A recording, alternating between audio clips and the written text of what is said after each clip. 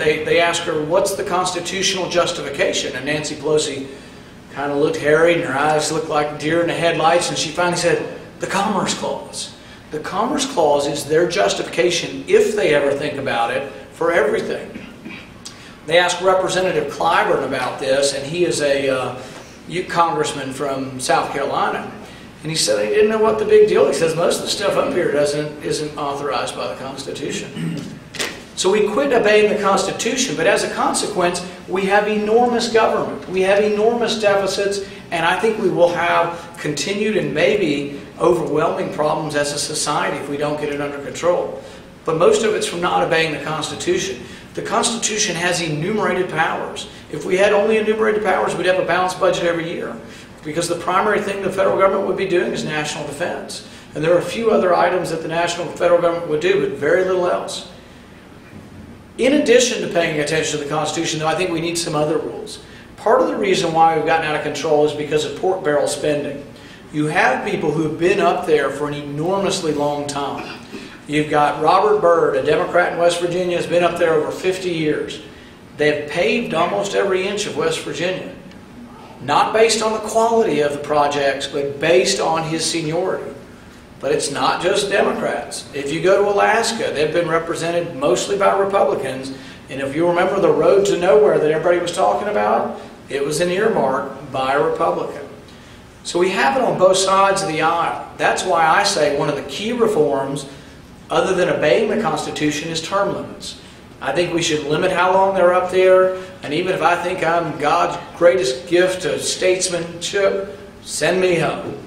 12 years is long enough in the Senate, 12 years is long enough in the House, and I think they should come home. That would probably require a change to the Constitution, but I think it's well worth talking about, well worth promoting, and people want it. The only problem is those in Congress won't vote for it because it would make them come home. I think we need another rule change. In Kentucky, we do very well because we have a balanced budget amendment. The Constitution requires Republicans and Democrats fight back and forth like dogs and cats, but at the end of the day, we have to balance our budget. I think we need that in Washington again. Once again, I don't think you can elect enough good people. We have to have rules. If we obeyed the Constitution, that would be enough, but they're not doing that. We need to have some new rules. I think term limits and a balanced budget would be great reforms and a great way to change things in Washington. There have been several pieces of legislation that have come up in the last year. One that I think is big for Kentucky is cap and trade. And I'll give you an example of what the career politicians are like on this issue. I debated before the coal-producing counties in Louisville about 4 months ago cap and trade, and Conway was on the other side. And Conway's position is, well, I'm kind of a little bit against it, but I'm kind of a little bit for it, but I kind of want to be part of the negotiated compromise. So he really doesn't know his position, but he knows he wants to be right there in the middle so he might get one thing his way. The bottom line is cap and trade would be a disaster not only for Kentucky, but for the country. We get over 90% of our electricity from coal. The country gets over 50% of our electricity from coal. Now there are other forms of electricity. I'm not up here to say we shouldn't do those also, but we're sticking our head in the sand, or we're going to have to be in here with candles if we're not going to burn coal for a while, and probably for a good while. We also sit atop a lot of coal. I scratch my head and say, well, all these Middle Eastern countries sit atop oil and they're very wealthy. Why is Kentucky not incredibly wealthy for sitting atop all this coal? I think we can be, but not only is cap and trade a threat to coal, the Obama administration is not giving permits to them. So I've traveled to Eastern Kentucky several times, and just the president alone, without any congressional vote or change in legislation, the president's just slowed up the permit process, so the EPA is just not giving permits for coal. And it's really hurting them out there. To them, I tell them, though, that if I'm in Shepherdsville or Eastern Kentucky, I say the same thing. If I lived in a state that had no coal, I'd be against cap and trade because it's going to be a big tax on everybody's utility bill. Everybody buys electricity, it's going to be a big tax. So I think we need to understand these issues. But I'm also against overregulation of coal and intrusion into coal because I believe in private property. I don't want the EPA coming, if you've got a 20-acre farm outside of Shepherdsville somewhere, I don't want the government coming and telling you you can't dig a pond or fill in a pond. The EPA needs to stay the heck out of our business. If there are local concerns, let's address them locally in local government. But there's no reason to have the federal government involved in these things. They've gotten over-involved in them. We've put developers in jail for filling in ponds. One of my supporters up in northern Kentucky told me a story, and he's a pretty well-off landowner up there, and he was out on a bulldozer and moving some dirt around a pond because it had some erosion. He was trying to make it a little bigger so the soil wouldn't wash away. One of his snoopy neighbors turned him into the EPA, and they came out and they said, we're going to fine you $25,000 a day. They came out there with 11 attorneys, and they were bullying him and just telling him he couldn't do it. So he called his congressman, got a copy of the bill, read the bill, and plain as day in the bill it said that farms are exempt. So he had them all come out there, and he said, how many of y'all have read the bill? They're ready to put him in jail. And so he didn't have an attorney or anything, and he just pulled it out of his pocket, and he said, look, it says farms are exempt. I'll meet you in court, let me know. And he never heard from him again. But they bully people into this. It's not your land anymore, it's somehow the federal government's land.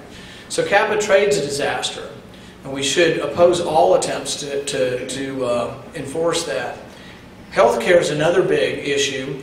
I've been lucky enough with healthcare, because I'm a physician, to get on a lot of national programs talking about this.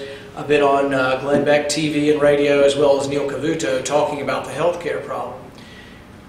The problem in healthcare is not something that government's going to fix. If you think government's going to fix it, you have to say, when's the last time government did anything very well? I always tell people, if you want somebody in government to be in charge of it, think of FEMA distributing water at the Superdome. FEMA gave money to people in prison. People were in prison in Baton Rouge and said they'd been dislocated by the hurricane. They got checks. They cannot efficiently do anything. When government got involved in the Medicare prescription drug plan, they said it cost $400 billion. A year later, it was $1 trillion. They now tell us this health care is going to cost $874 billion, but it's not going to add anything to the deficit. I'm scratching my head wondering how that's going to work. They say they're going to get it out of the system through savings and efficiency. And I'm like, well, what example is there of government savings and efficiency, or ever coming in under budget on anything? But I think we're also wrong as Republicans just to say we oppose Obamacare. We need to have a vision for what we would do. We need to say, well, there are problems. I mean, I'm pretty well off. I have a high deductible insurance plan, but it's going up 17% a year, and I'm not very happy about it.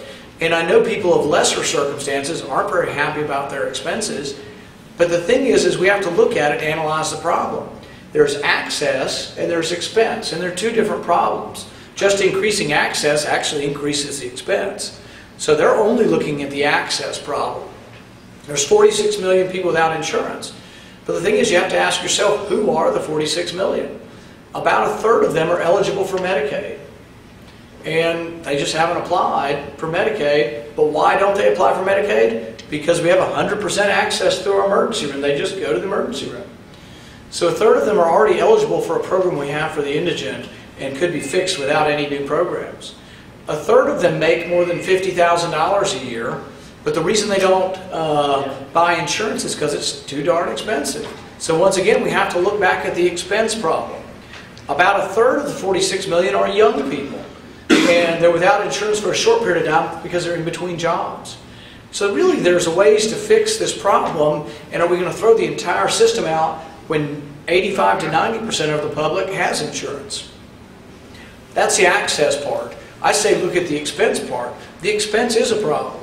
There's also a problem that if tonight, because of the video stalker's not here tonight, but let's say I have a heart attack because of stress tonight, and because of the stress of the difficult questions I'm about to receive, I have a heart